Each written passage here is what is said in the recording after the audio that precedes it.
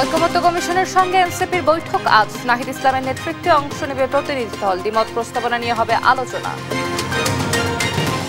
প্রায় 13 ঘন্টা পর উদ্ধার হয়নি চট্টগ্রামের রিকশা উল্টে নালায় পড়া শিশু সোহেলি।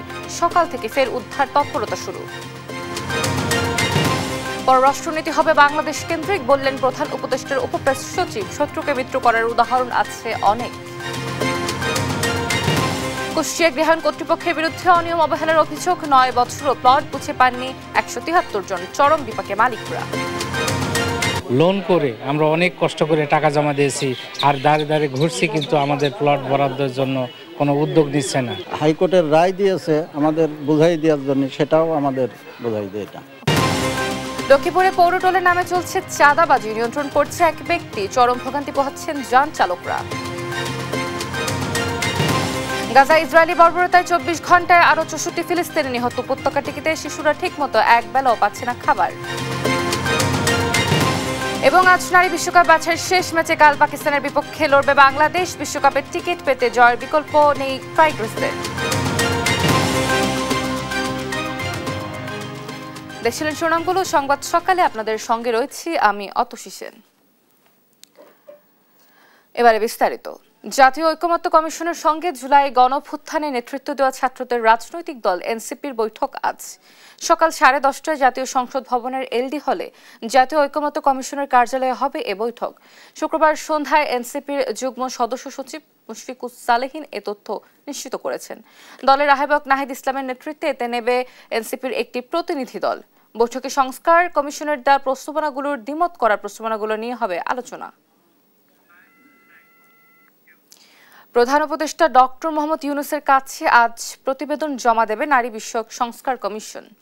শনিবার বিকেলে কমিশন প্রতিবেদন জমা দেবে বলে নিশ্চিত করেছেন প্রধান উপদেষ্টার উপপ্রেস সচিব আবুল কালাম আজাদ মজুমদার। শুক্রবার রাতে এক বার্তায় তিনি বিষয়টি নিশ্চিত করেন। বার্তায় তিনি লেখেন, শনিবার বিকেল 4:30টার দিকে প্রধান উপদেষ্টার কাছে প্রতিবেদন জমা দেবে নারী বিষয়ক সংস্কার কমিশন। প্রতিবেদন জমা দেওয়ার পর ফরেন সার্ভিস একাডেমিতে সংবাদ সম্মেলন অনুষ্ঠিত হবে বলে বিকেল 5:30টায়।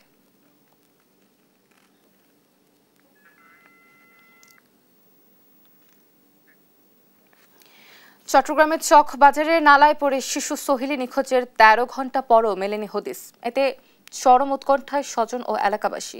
শুক্রবার রাত 8টার দিকে চকবাজার এলাকায় শিশুটি নালায় পড়ে যায়। প্রত্যক্ষদর্শীরা জানান, এক নারী কোলে বাচ্চা নিয়ে অটোরিকশায় যাচ্ছিলেন।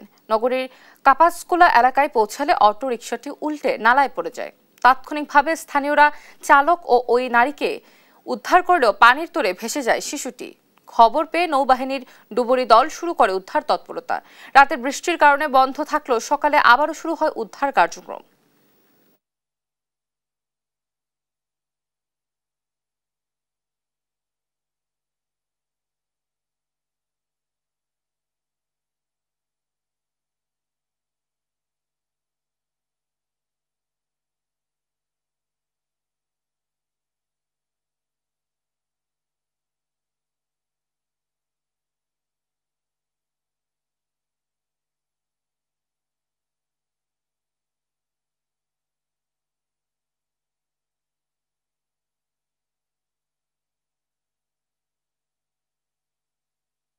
বাস দেওয়া আছে পুরা ভিতর পর্যন্ত, এটাও সেফটি দেওয়া ছিল। কিছুদিন আগে যখন এই বড় গাড়ি ঢুকার পরে আপনার ময়লাগুলো যখন পরিষ্কার করেছে, তোরা বাসগুলো আবার দেয় নাই, এই জন্য আজকে দুর্ঘটনাটা ঘটলো। যেসব জায়গায় এখনো স্ল্যাব নেই সেখানে স্ল্যাব বসাতে হবে। যেসব ম্যান হোলে যেখানে ঢাকনা নেই, ঢাকনা দেওয়ার জন্য অলরেডি আমি 6 জন এক্সিকিউটিভ ইঞ্জিনিয়ার আছে, তার উপরে চিফ ইঞ্জিনিয়ার আছে, তাদেরকে দিয়ে অলরেডি আমরা কমিটি করে দিয়েছি। এ নিয়ে সেখানকার পরিস্থিতি জানাতে সরাসরি যোগ দিচ্ছেন আমাদের সহকর্মী আজিজা হক পায়েল। আমরা যুক্ত হচ্ছি। পায়েল, উদ্ধার তৎপরতা কতদূর, কি বলছে ডুবুরি দল এবং সর্বশেষ কি তথ্য রয়েছে আপনাদের কাছে? সার্বিক পরিস্থিতি কি জানাবেন?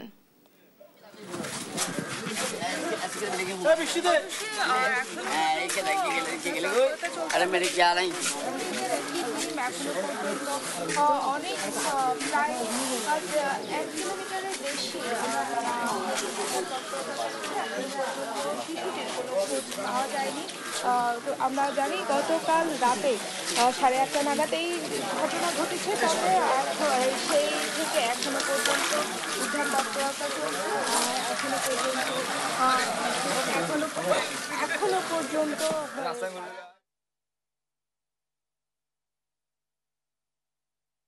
এই উদ্ধার কাজ চলছে। আমরা নদীর একটি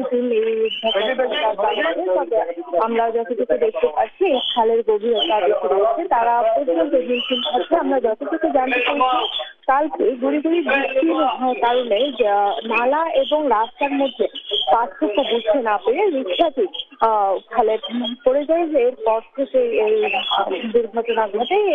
এরপর থেকে শুরু হয় উদ্ধার তৎপরতা। এই রাতে চেষ্টা চালিয়েছে। এখানে যে নালা রয়েছে, খাল রয়েছে, সবকিছুই একেবারে তন্ন করে খোঁজার চেষ্টা চলছে।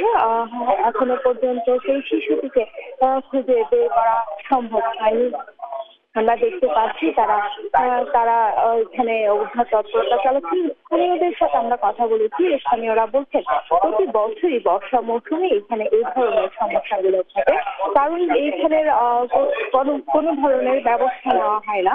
যার কারণে কোনো ধরনের ব্যবস্থা না থাকায় এই ধরনের নালা প্রতি বছর বর্ষায় নালা এবং রাস্তা মিলেমিশে একাকার হয়ে যায়। যার কারণে অপরিচিত কেউ যখন এই রাস্তায় আসে তখন এই ধরনের দুর্ঘটনাগুলো ঘটে, এমনটাই আমাদের স্থানীয়রা জানিয়েছেন। তবে গতকালকে যে রাস্তার পাশে নালায় দুর্ঘটনাটি ঘটে, সেই রাস্তায় সিটি কর্পোরেশনের উদ্যোগে এখন বাসের বেড়া দেওয়া হয়েছে। আর কিছুটা দুর্ঘটনা লাগাম দেওয়ার জন্য এই বাসের বেড়াটি দেওয়া হয়েছে, বেষ্টনী দেওয়া হয়েছে।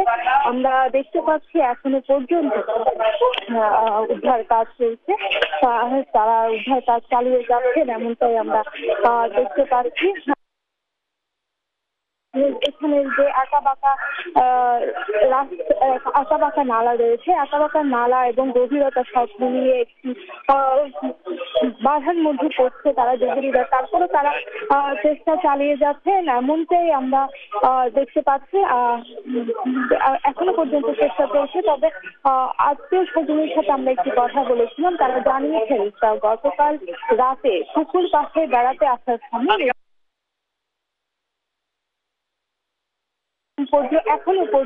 ধন্যবাদ আপনাকে। দর্শক, আমরা ছিলাম চট্টগ্রামের নালায় পড়ে যে শিশুটির দেহ খোঁজা হচ্ছে সেই বিষয়ে সার্বিক তথ্য এবং সর্বশেষ পরিস্থিতি জানাচ্ছিলেন আমাদের সহকর্মী আজিজা হক পায়েল। বর্তমান অন্তর্বর্তী সরকারের কর্মকাণ্ডে দেশবাসী উদ্বিগ্ন। বিএনপিকে পাশ কাটিয়ে নির্বাচন বিলম্বিত করা হচ্ছে যাতে বিএনপি জনগণের ভোটে ক্ষমতায় যেতে না পারে। এছাড়া গেল 17 বছর যারা গুম খুন করেছে তাদের রক্ষার চেষ্টা চলছে বলে অভিযোগ করেন বিএনপি নেতারা। সকালে জাতীয় প্রেস ক্লাবের সামনে বাংলাদেশ গণতান্ত্রিক পরিষদ আয়োজিত গুম হওয়া বিএনপি নেতাদের সন্ধানে যুব সমাবেশ উপস্থিত হয়ে এসব কথা বলেন তারা। নিয়াজ মোর্শেদের রিপোর্ট। শুক্রবার সকালে জাতীয় প্রেস ক্লাবের সামনে গণতান্ত্রিক পরিষদ আয়োজন করে বিগত সরকারের আমলে গুম হওয়া বিএনপি নেতা ইলিয়াস আলী সহ অন্যান্য নেতাকর্মীদের সন্ধানে যুব সমাবেশ। এতে উপস্থিত হয়ে বিএনপি নেতারা অন্তর্বর্তী সরকারকে বিগত ফ্যাসিস্ট সরকারের আমলে গুম হওয়া নেতাকর্মীরা কোথায় আছে তা জনগণের কাছে স্পষ্ট করার তাগিদ দেন। এই সরকারের কাছেও ইলিয়াস আলী চৌধুরী আলমদের গুমের বিষয়ে প্রতিবাদ করতে হবে, এইটা আমাদের ধারণা ছিল না। জনগণের কাছে স্পষ্ট করতে হবে যে গুম কমিশন যে গুম খুন করে দেশে যে মানবতা বিরোধী অপরাধ করেছে, যে অন্যায় অপরাধ করেছে, তাদের বিচার কতটুকু হলো। আর এই অন্তর্বর্তী সরকারের তৎপরতায় কিছু হবে না মন্তব্য করে বিএনপি চেয়ারপারসনের উপদেষ্টা মোয়াজ্জেম হোসেন আলাল বলেন, এই সরকারকে চাপ প্রয়োগ না করলে কোনো কাজ হয় না। এই রকম যন্ত্রণা পৃথিবীতে যেন কোনো মানুষের জীবনে আর না আসে। সুতরাং সেই যন্ত্রণার অবসান ঘটাতে হলে এই সরকারের যে বর্তমান ঢিমেতালের তৎপরতা, এই তৎপরতার উপর নির্ভর করে বসে থাকলে হবে না। একই সমাবেশে যোগ দিয়ে বিএনপির ভাইস চেয়ারম্যান শামসুজ্জামান দুদু বলেন, সরকারের কর্মকাণ্ডে দেশবাসী উদ্বিগ্ন, আর বিএনপি যাতে জনগণের ভোটে নির্বাচিত হতে না পারে সে কারণে তাদের পাশ কাটিয়ে নির্বাচন বিলম্বিত করা হচ্ছে বলেও অভিযোগ করেন তিনি। এই সরকারের কাজকামে দেশবাসী খুবই উদ্বিগ্ন। তারা কি চায় সেটাও আমরা বুঝি না। বিএনপিকে পাশ কাটানোর জন্য যাতে বিএনপি নির্বাচনের মধ্য দিয়ে মানুষের সমর্থন আদায়ের মধ্য দিয়ে ভোটের মধ্য দিয়ে সরকার গঠন করতে না পারে, সেই জন্য নির্বাচনকে এড়িয়ে যাওয়া হচ্ছে বলে আমরা মনে করি। অভিযোগ করেন গেল 17 বছর যারা গুম খুন করেছেন তাদের রক্ষার চেষ্টা চলছে। তাদেরকে কোনো না কোনো ভাবে রক্ষা করা হচ্ছে। নিয়াজ মুর্শিদ, দেশ টিভি, ঢাকা। প্রধান উপদেষ্টার ঘোষিত ডেডলাইনের মধ্যে সংস্কার শেষে নির্বাচন দিতে হবে বলে দাবি জানিয়েছেন জামায়াতে ইসলামীর সেক্রেটারি জেনারেল অধ্যাপক মিয়া গোলাম পারোয়ার। শুক্রবার সকালে লাকসাম উপজেলা ও পৌরসভার উদ্যোগে লাকসাম স্কুল মাঠে জামায়াতে ইসলামীর কর্মী সম্মেলনে এই দাবি জানান তিনি। বলেন, জামায়াত নির্বাচনে যেতে চায়, তবে সেই নির্বাচন হতে হবে যথাযথ সংস্কারের মাধ্যমে। আগে রাষ্ট্র সংস্কার ও ফ্যাসিস্ট শেখ হাসিনার বিচার করতে হবে।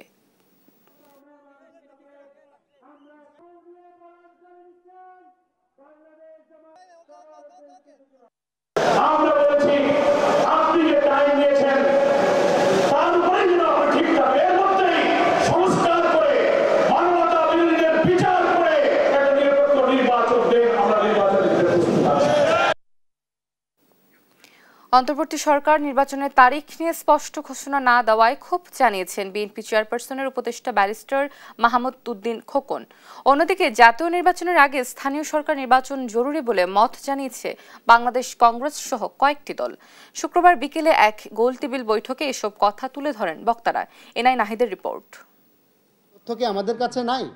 শুক্রবার বিকেলে বাংলাদেশ সুপ্রিম কোর্ট বার ভবনে বাংলাদেশ কংগ্রেস আয়োজন করে আগে কোন নির্বাচন, স্থানীয় নাকি জাতীয় বিষয়ক গোলটেবিল আলোচনা। আমরা কিন্তু এই সরকার এ সময় সুষ্ঠু ভোটের জন্য নির্বাচন কমিশন সংস্কারের কথা বলেন বাংলাদেশ কংগ্রেসের চেয়ারম্যান। জাতীয় নির্বাচনের আগে স্থানীয় নির্বাচনের দাবি জানান তিনি। নির্বাচন আমাদেরকে সময় করেই করতে হবে এবং এই নির্বাচন ব্যবস্থা যতদিন ঠিক না হচ্ছে কোনো সংস্কার করে লাভ নেই। অনুষ্ঠানে বাংলাদেশ ডেভেলপমেন্ট পার্টি, জেএসডি সহ কয়েকটি দলের প্রতিনিধিরা অংশ নেন। রাষ্ট্র কাঠামোর সংস্কার করে দ্রুত স্থানীয় নির্বাচনের দাবি জানান তারা। আগামী নির্বাচনটি হওয়া উচিত সংবিধান সংস্কার সভার নির্বাচন এবং জাতীয় সংসদ নির্বাচন একসাথে। নিরপেক্ষ একটি গভর্নমেন্টের অধীনে এই সুযোগটা যদি দেওয়া হয় তাহলে মানুষের সেবা করে দেওয়ার একটা প্রাতিষ্ঠানিক রূপ দেওয়া সম্ভব হবে। এ সময় বিএনপি চেয়ারপারসনের উপদেষ্টা মাহবুব উদ্দিন খোকন জাতীয় নির্বাচনের তারিখ স্পষ্ট না করায় সরকারের সমালোচনা করেন। কোন নির্বাচনই আমার সামনে দেখতেছি না। উনি একবার বললেন ডিসেম্বরে নির্বাচন, আবার বললেন যে ডিসেম্বর জুন নির্বাচন, দ্বিতীয় ঘোষণা কত ঘোষণা ছিল ডিসেম্বর নির্বাচন। এত কথাবার্তা আলোচনার পর জাতীয় ঐক্যমত্য কমিশন, এই কমিশন সেই কমিশন, অনেক কমিশনের পরও কিন্তু স্পষ্ট হলো না। অনুষ্ঠানে ইসলামী আন্দোলন বাংলাদেশের পক্ষ থেকে শরিয়া আইন অনুসারে নির্বাচনের দাবি জানানো হয়। মনে হবে যে এরা সঠিক নির্বাচন করতে। এনআই নাহিদ, দেশ টিভি, ঢাকা। দ্রুত 6 দফা বাস্তবায়নের দাবিতে মাথায় কাফনের কাপড় বেঁধে গণমিছিল করেছেন পলিটেকনিক্যাল ইনস্টিটিউটের শিক্ষার্থীরা। শুক্রবার রাজধানী সহ সারা দেশে তারা এই কর্মসূচি পালন করে। কারিগরি শিক্ষাক্ষেত্রে বৈষম্যের অভিযোগ তুলে পরবর্তীতে রাজপথ ও রেলপথ অবরোধের মতো কর্মসূচিরও হুঁশিয়ারি দেয় তারা। সাবরিনা মজুমদারের সহায়তায় তারেক মাহমুদ সুজনের রিপোর্ট। দ্রুত 6 দফা বাস্তবায়নের দাবিতে শুক্রবার দুপুরে রাজধানীর তেজগাঁওয়ে মাথায় কাফনের কাপড় বেঁধে গণমিছিল ও বিক্ষোভ করেছে ঢাকা পলিটেকনিক ইনস্টিটিউটের শিক্ষার্থীরা। এ সময় কারিগরি শিক্ষাক্ষেত্রে বৈষম্য না কাটলে সড়ক ও রেলপথ অবরোধের মতো কঠোর কর্মসূচির হুঁশিয়ারি দেন কারিগরি শিক্ষা আন্দোলনের নেতারা। আমাদের লক্ষ লক্ষ ডিপ্লোমা শিক্ষার্থীদের জন্য একটি মাত্র ডুয়েট উচ্চশিক্ষার সুযোগ নেই। আমাদের দাবি বাস্তবায়ন না হলে কারিগরি ছাত্র আন্দোলন বাংলাদেশ সকল পলিটেকনিক ইনস্টিটিউটের সাথে সম্মিলিতভাবে কঠোর থেকে কঠোর কর্মসূচি ঘোষণা করবে। একই দাবিতে রাজশাহীতেও কর্মসূচি পালন করা হয়েছে। দুপুরে ক্যাম্পাস থেকে গণমিছিল বের হয়ে নগরীর বিভিন্ন সড়ক প্রদক্ষিণ শেষে বাটার মোড়ে সমাবেশে মিলিত হয় শিক্ষার্থীরা। আমাদের দাবি না মানা পর্যন্ত আমরা আমাদের কর্মসূচি পালন করে যাব। বিক্ষোভ মিছিল করে সিলেট পলিটেকনিক ইনস্টিটিউটের শিক্ষার্থীরাও। মিছিলটি নগরীর খোজারখোলা কাজিরবাজার ব্রিজ হয়ে জিতু মিয়ার পয়েন্টে গিয়ে শেষ হয়।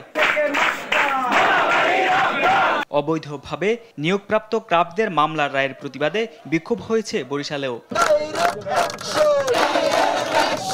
এদিকে বগুড়াতেও কাফনের কাপড় পরে বিক্ষোভ করেছে পলিটেকনিক ইনস্টিটিউটের শিক্ষার্থীরা। জুমার নামাজের পর ক্যাম্পাস থেকে বিক্ষোভ মিছিল শুরু হয়ে শহরের শেরপুর সড়ক প্রদক্ষিণ করে শেষ হয়। এই হামলার তীব্র এবং নিন্দা প্রতিবাদ জানিয়ে বগুড়া পলিটেকনিক ইনস্টিটিউটের আজকের এই কর্মসূচি। এছাড়াও রংপুর, চট্টগ্রাম, খুলনা, ময়মনসিংহ, কুমিল্লা, ব্রাহ্মণবাড়িয়া, দিনাজপুর সহ দেশের বিভিন্ন স্থানে বিক্ষোভ মিছিল করেছে পলিটেকনিক শিক্ষার্থীরা। তারেক মাহমুদ সুজন, দেশ টিভি, ঢাকা। ঢাকায় বাংলাদেশ ও পাকিস্তানের পররাষ্ট্র সচিব পর্যায়ের বৈঠকে দ্বিপক্ষীয় সম্পর্ক পুনরুজ্জীবিত করার জন্য একটি যৌথ সংকল্প প্রতিফলিত হয়েছে বলে জানিয়েছে পাকিস্তান। বৃহস্পতিবার বাংলাদেশের সঙ্গে অনুষ্ঠিত ওই বৈঠকের বিষয়ে প্রকাশিত এক সংবাদ বিজ্ঞপ্তিতে পাকিস্তানের পররাষ্ট্র মন্ত্রণালয় এসব কথা বলে। এতে বলা হয়, বাংলাদেশের সঙ্গে আকাশ ও নৌপথে সরাসরি যোগাযোগ স্থাপনে দুদেশ আগ্রহী। ইউসুফ ভুইয়ার রিপোর্ট। বাংলাদেশের সঙ্গে পররাষ্ট্র সচিব পর্যায়ের বৈঠকে দুদেশের মধ্যকার সম্পর্ক পুনরুজ্জীবিত করার অঙ্গীকার প্রতিফলিত হয়েছে বলে জানিয়েছে পাকিস্তান।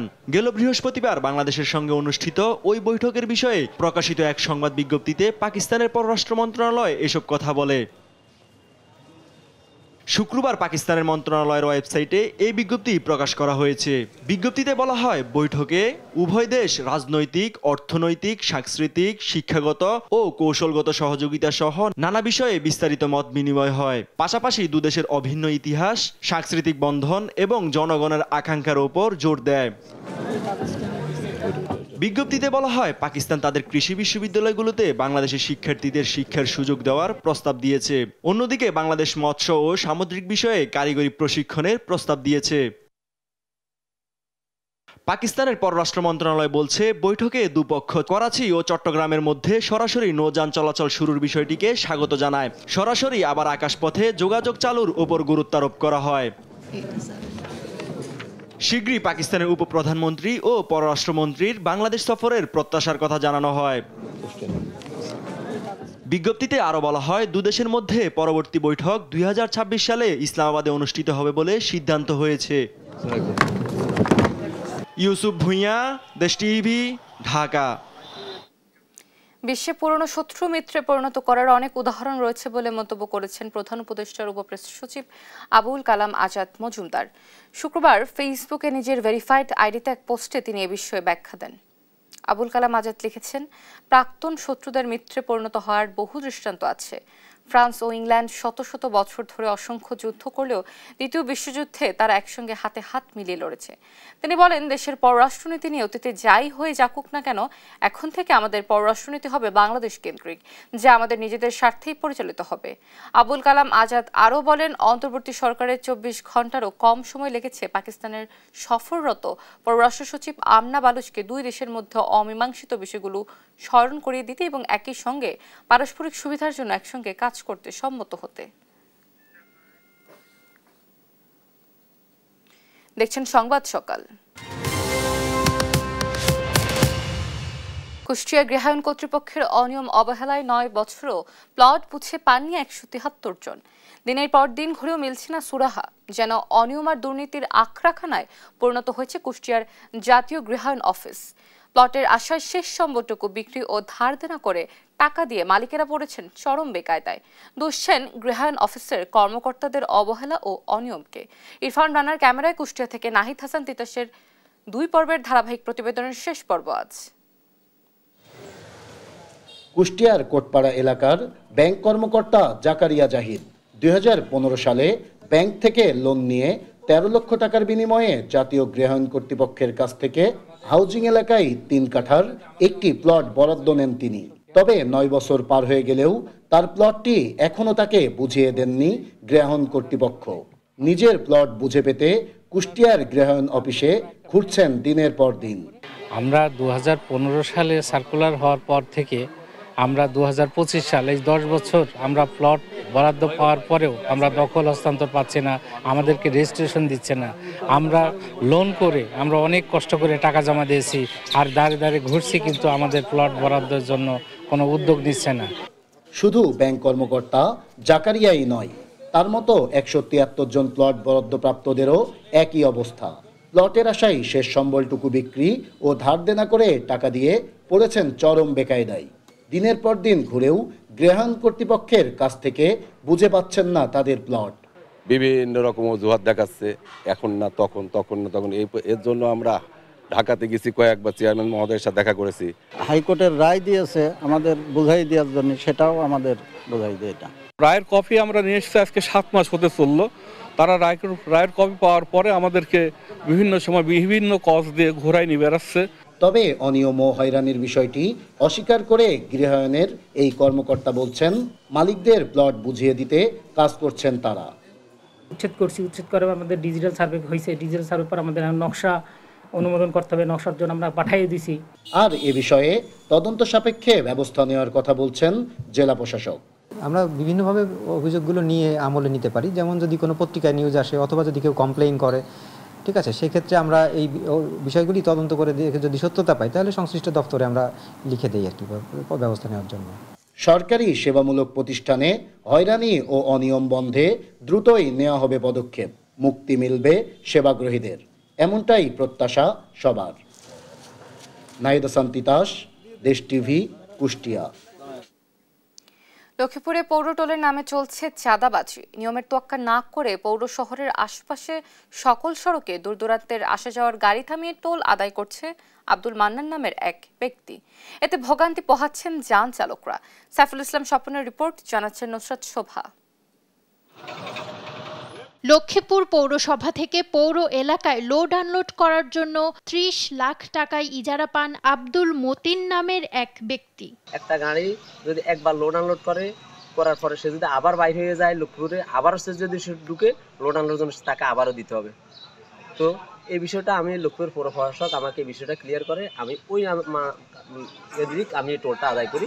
সে অনুযায়ী পৌরসভা থেকে কাগজপত্র বুঝিয়ে দেয়া হয় তাকে, তবে নিয়ম না মেনে এই ইজারার অপব্যবহার শুরু করেন সে ব্যক্তি। শহর এলাকার আশেপাশে মহিলা কলেজের সামনে ও দক্ষিণ তেমোহনী এলাকা সহ বিভিন্ন হাইওয়ে রাস্তায় টোল আদায়ের জন্য লোক বসিয়ে দেন। তারা রাস্তায় চলাচল করা সব গাড়ি থামিয়ে ৩০, ৭০ ও ১৫০ টাকা হারে টোল আদায় করছে।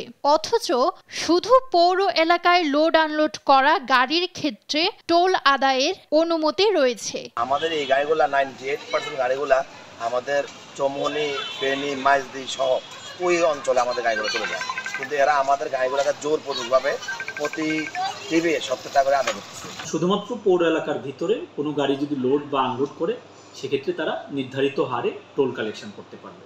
এর বাইরে যদি তারা কোনো কার্যক্রম করে থাকে সেটা বেআইনি হবে এবং আইনসঙ্গত হবে না। এই চাঁদাবাজি বন্ধ চায় যান চালকরা। নিউজ ডেস্ক, দেশ টিভি। টাঙ্গাইলের ভূঁইয়াপুর উপজেলার স্বাস্থ্য কমপ্লেক্স দুর্নীতি, অনিয়ম, অব্যবস্থাপনা, অস্বাস্থ্যকর পরিবেশ, জনবল ও যন্ত্রপাতির সংকট মিলিয়ে রোগীদের ভোগান্তির প্রতীক হয়ে উঠেছে। এ নিয়ে বিস্তারিত জানাতে সরাসরি যুক্ত হচ্ছেন আমাদের সহকর্মী অভিজিৎ ঘোষ। অভিজিৎ, এত অভিযোগের বিষয়ে কি বলছে হাসপাতাল কর্তৃপক্ষ, জানাবেন?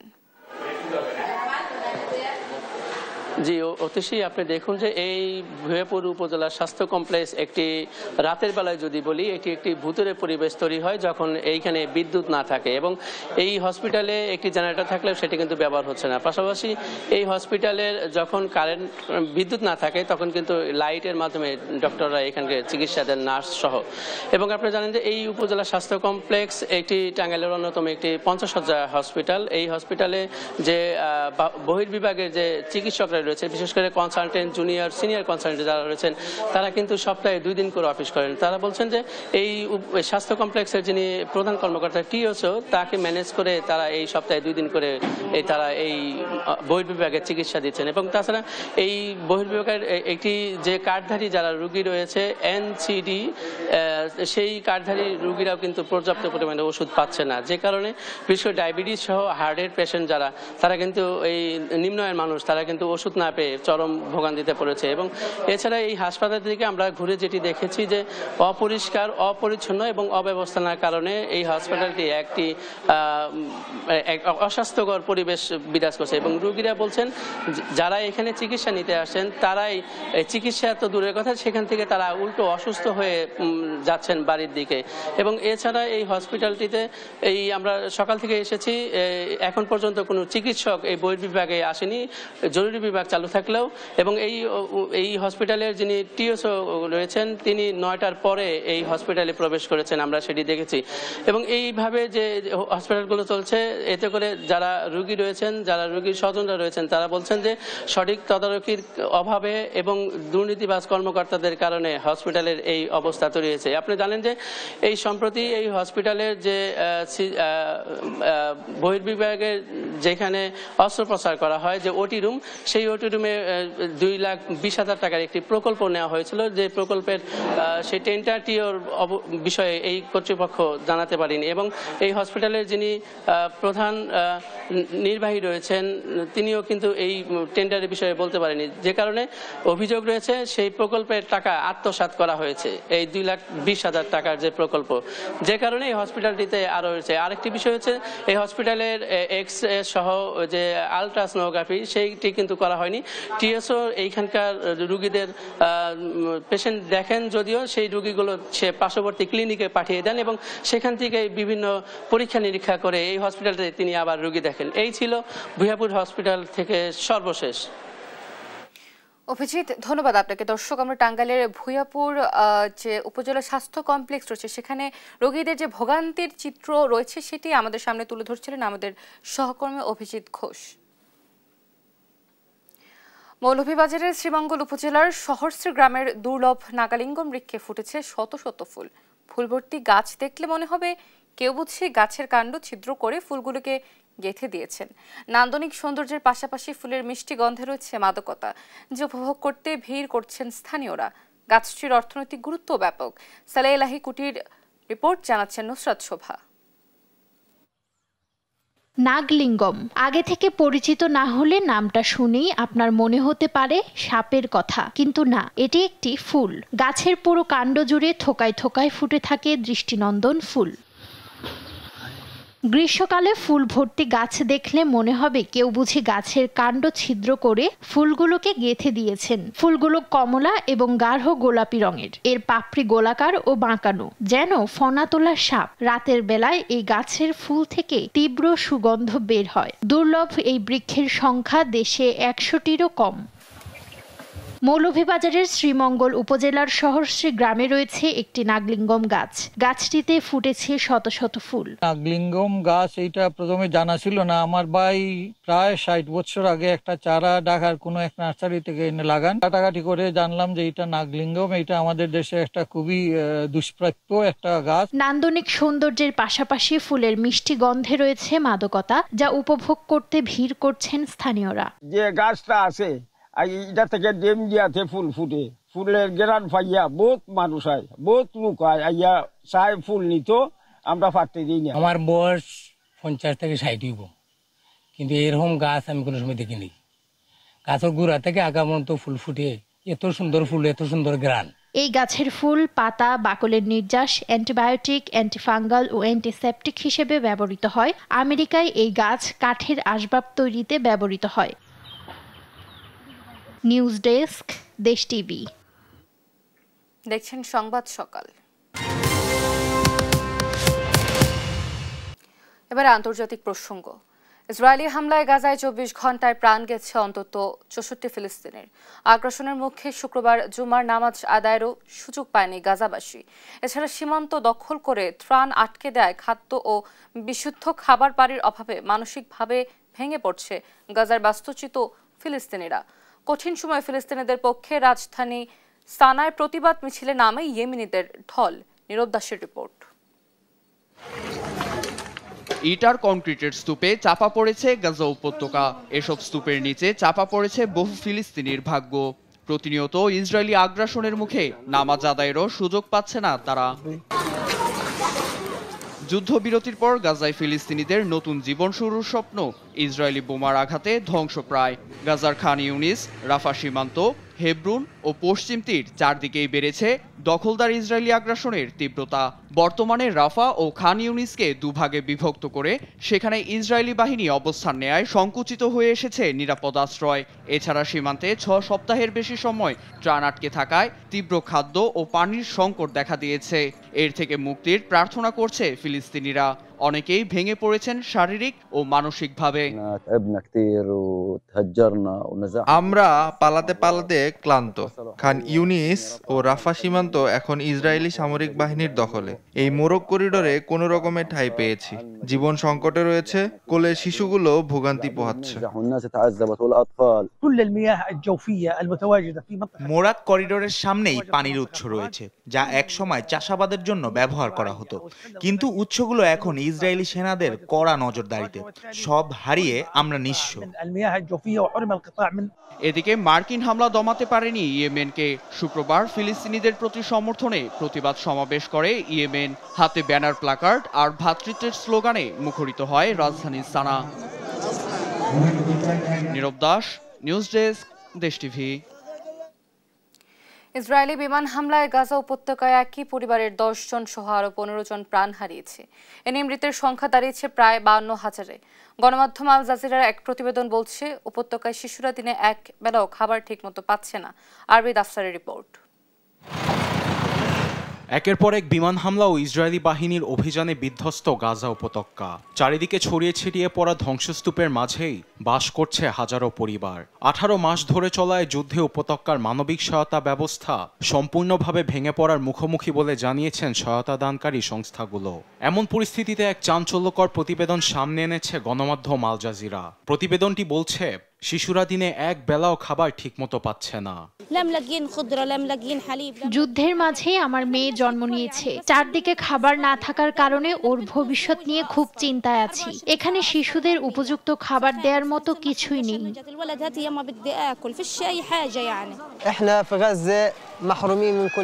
শিশুদের খাবার না দেওয়ার কারণে তারা অপুষ্টিতে ভুগছে। আমরা আমাদের জন্য কিচ্ছু চাচ্ছি না, শুধু আমাদের সন্তানদের জন্য চাচ্ছি। তারা যখন খাবারের জন্য কান্নাকাটি করে, তখন আমাদের কিছুই করার থাকে না। প্রতিবেদনটি বলছে, উপত্যকা জুড়ে বোমাবর্ষণ ও ইসরায়েলি আগ্রাসনের কারণে প্রায় 43টি আন্তর্জাতিক ও ফিলিস্তিনি মানবিক সহায়তাকারী প্রতিষ্ঠান তাদের কার্যক্রম বন্ধ রেখেছে। আবার খাবার হিসেবে সবাইকে খেতে হচ্ছে ক্যান্ড ফুড, যা শরীরে যথেষ্ট পরিমাণে পুষ্টি সরবরাহ করে না। এতে উল্লেখযোগ্য হারে বাড়ছে শিশু মৃত্যু হার, যা নিয়ে উদ্বেগ জানান জাতিসংঘের office for coordination of humanitarian অ্যাফেয়ার্সের মুখপাত্র ওলগা চেরেফকো। 7 সপ্তাহ ধরে ক্রসিংগুলো বন্ধ থাকার জন্য গাজায় কোনো রকম খাদ্য সহায়তা ঢুকতে পারছে না। এতে শিশুদের মধ্যে অধিক হারে অপুষ্টিজনিত রোগ বাড়ছে। এমন ভয়াবহ অবস্থা থেকে বের হতে ক্রসিংগুলো অবশ্যই খুলে দিতে হবে, যাতে ত্রাণ ট্রাকগুলো ঢুকতে পারে। এদিকে বৃহস্পতিবার ইসরায়েলি বিমান হামলায় উপত্যকায় একই পরিবারের 10 জন সহ আরো অনেকেই নিহত হয়েছেন। তথ্যটি নিশ্চিত করেছেন গাজার সিভিল ডিফেন্সের মুখপাত্র মাহমুদ বাসাল। এর পাশাপাশি আহতদের চিকিৎসা দেয়া হচ্ছে বলে জানিয়েছেন তিনি। আরবিদ আফসার, নিউজ ডেস্ক, দেশ টিভি। দর্শক দেখছেন সংবাদ সকাল।